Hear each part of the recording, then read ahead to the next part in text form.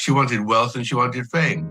And there's no doubt she targeted Harry. It was Meghan speaking, and now we know it's Meghan speaking again. And so this isn't because the book contains telling the palace what she's going to do.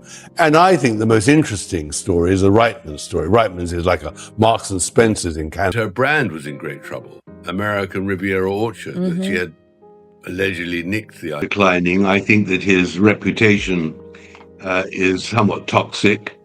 And I think Invictus is his only lifeline. That's what she used as a weapon at the time. So there were quite a few things about her personal life. I'll work them into another book, I think. Meghan loves money. Meghan's very commercial. She doesn't want to be poor. And then having got all that, she then saw how she needed a consort, a husband who was going to take her to the next stage. And she was on a manhunt, there's no doubt. I mean, there's nothing wrong with being on a manhunt. There are women hunts too, but I mean, she was determined. There's a point where a carefully built image doesn't just wobble, it straight up falls apart. And according to Tom Bauer, that moment has already arrived.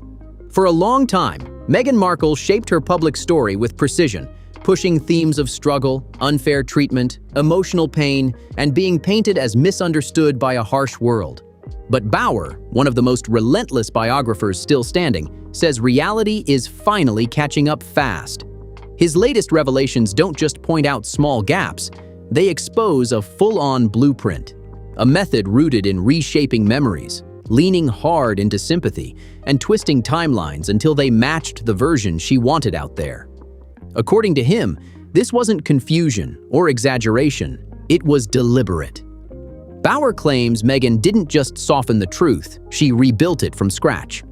Royal connections were turned into currency, early life struggles were amplified, timelines were adjusted, key supporters quietly disappeared, and when decisions backfired, the narrative flipped straight into victim mode. And now that performance isn't landing anymore. Meghan didn't like the surname Mountbatten-Windsor.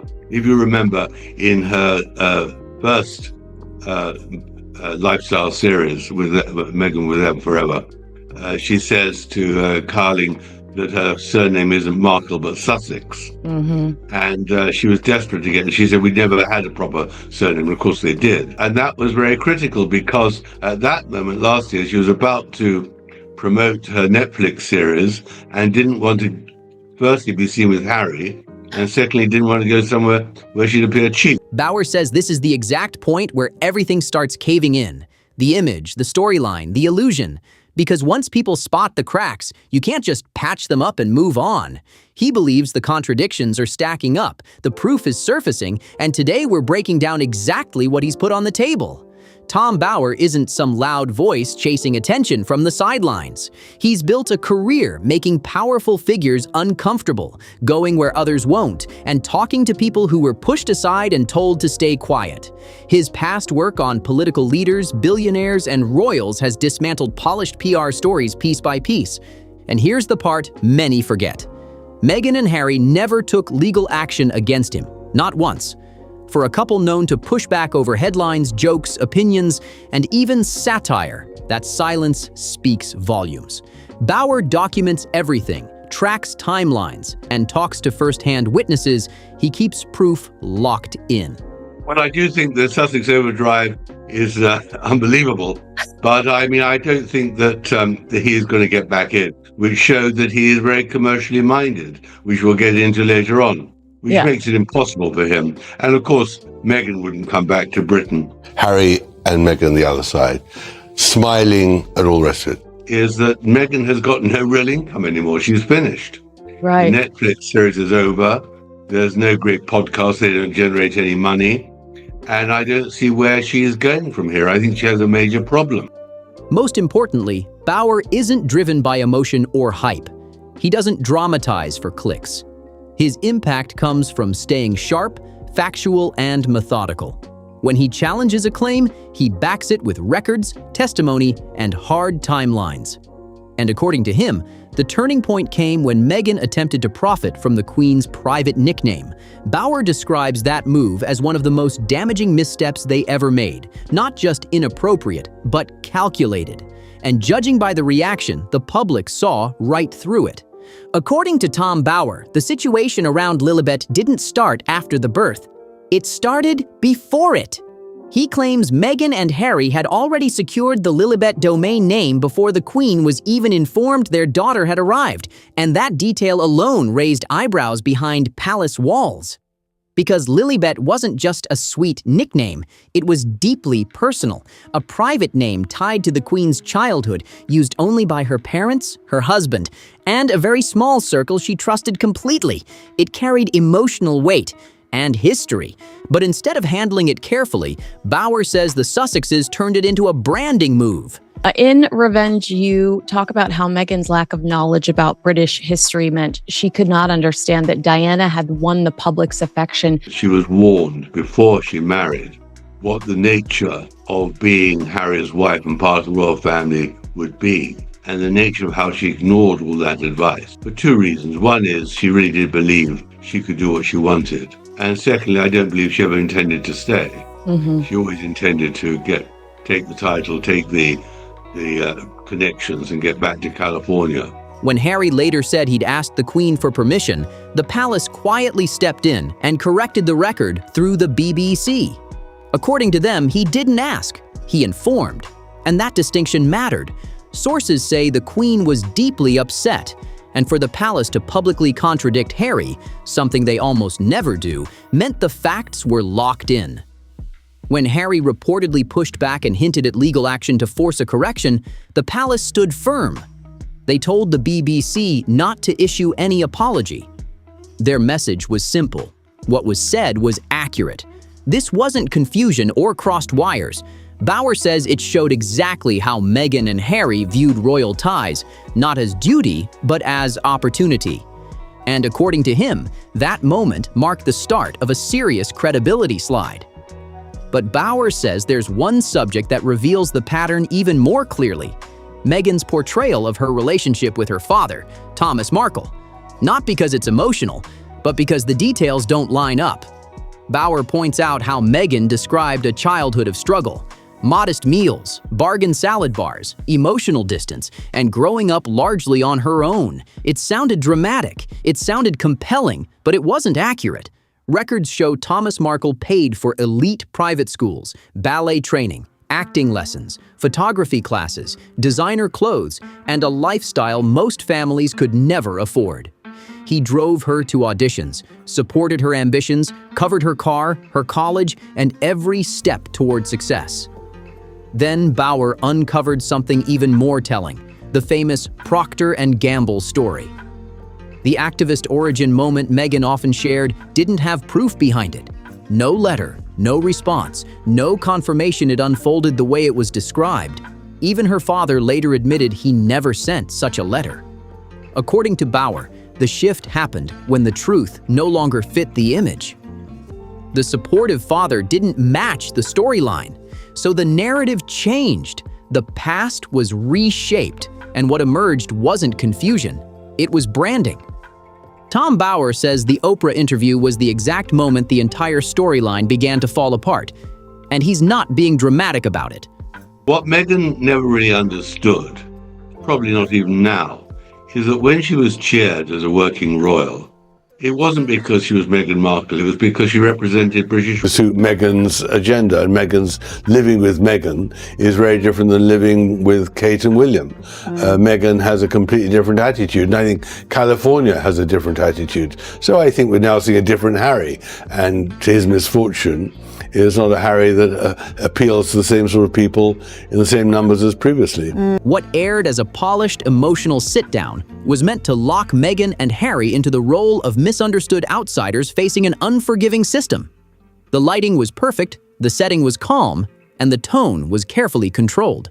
But according to Bauer, that illusion didn't survive once the details were checked. He points to 17 verified inaccuracies in that interview alone. Not confusion, not poor memory, but direct contradictions. One of the biggest moments involved the claim that Meghan and Harry were privately married 3 days before the royal wedding. Bauer breaks down the timeline and says it simply couldn't have happened. The Archbishop later confirmed it never took place. No secret vows, no quiet backyard ceremony. That scene existed only as a story. Then came the emotionally charged implication involving Archie and questions about skin tone. Bauer explains that Meghan linked this claim to a separate disagreement about Archie not receiving a royal title, hoping the two sounded connected. But they weren't. Royal title rules were written long before Meghan entered the family. Archie wasn't eligible at that time, and it had nothing to do with race. Bauer says the framing blurred facts to heighten impact. There was also the claim that Meghan was denied help when she needed it most.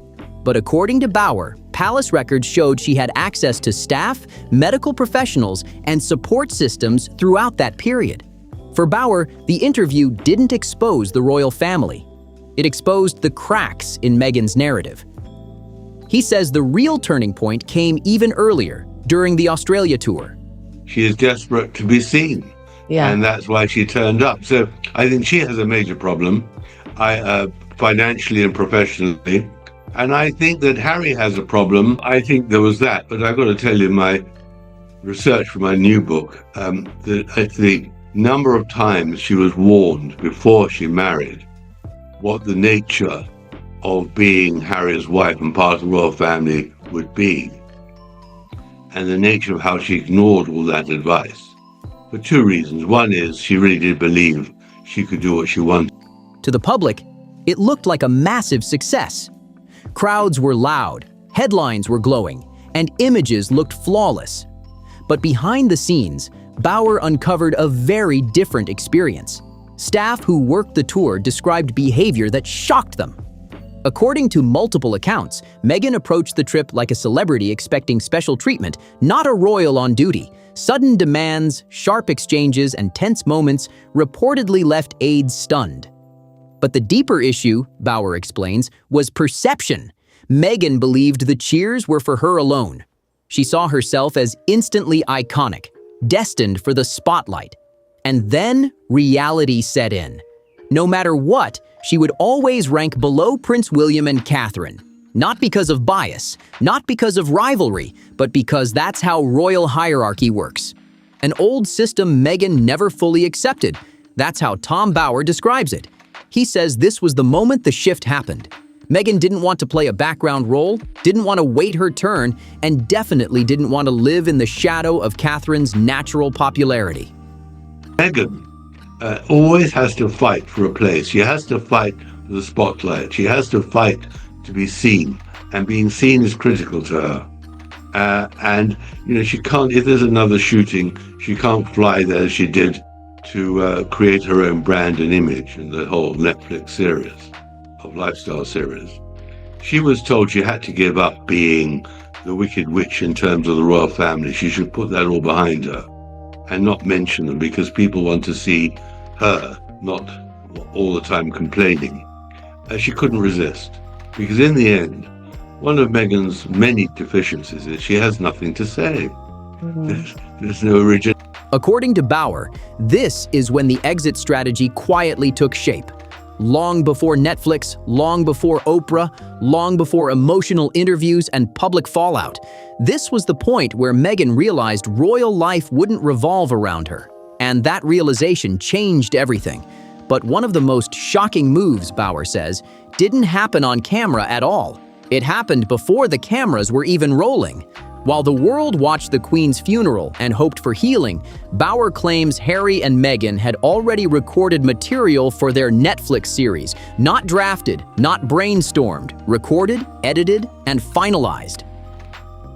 When Harry and Meghan walked alongside William and Catherine outside Windsor Castle, the public saw unity, shared grief, and a fragile moment of respect.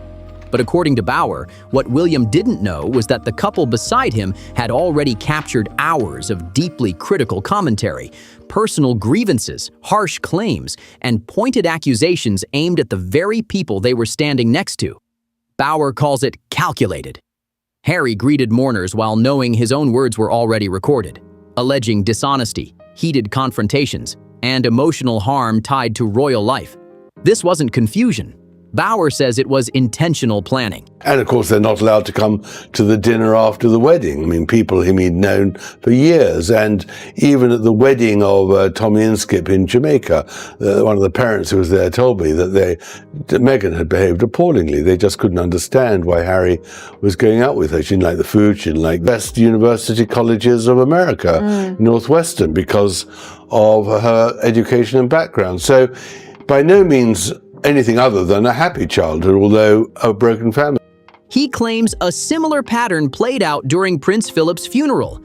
Public calm on the surface, private preparation behind the scenes. But the Netflix situation hit harder because it unfolded during a period of mourning while presenting the image of reconciliation. Bauer's conclusion is blunt. This wasn't emotional pain spilling out, it was duplicity. And he points to a larger pattern in Meghan's story: constant reinvention, new identities, refined narratives, carefully chosen symbolism designed to raise her profile. According to Bauer, this isn't self-confidence, it's construction. He reveals that Meghan began aligning herself with Princess Diana long before the public noticed. The outfits, the jewelry, the poses, the language, even the misunderstood woman storyline mirrored Diana's legacy. But Bauer says it didn't stop there. He claims Meghan and Harry allegedly approached Earl Spencer, Diana's brother, about using the Spencer surname, not as a tribute.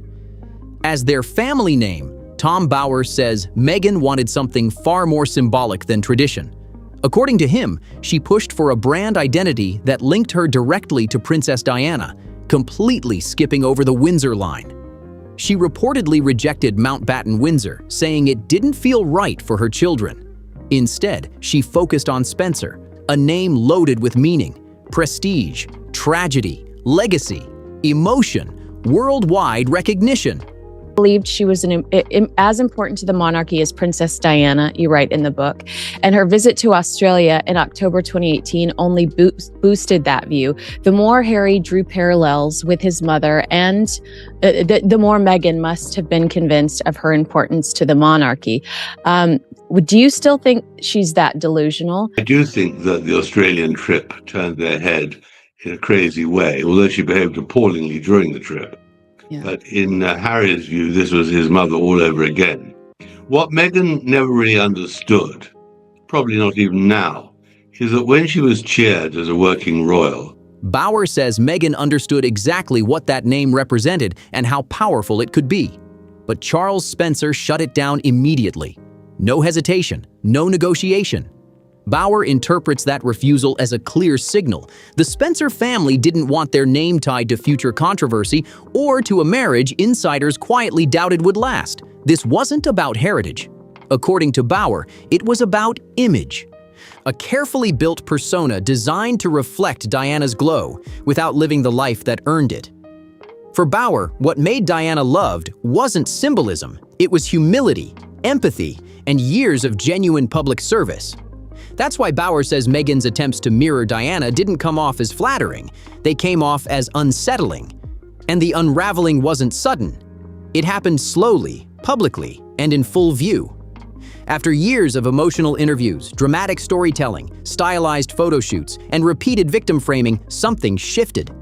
People started checking the details. Hollywood noticed first. Producers, studios, and publicists quietly stepped back.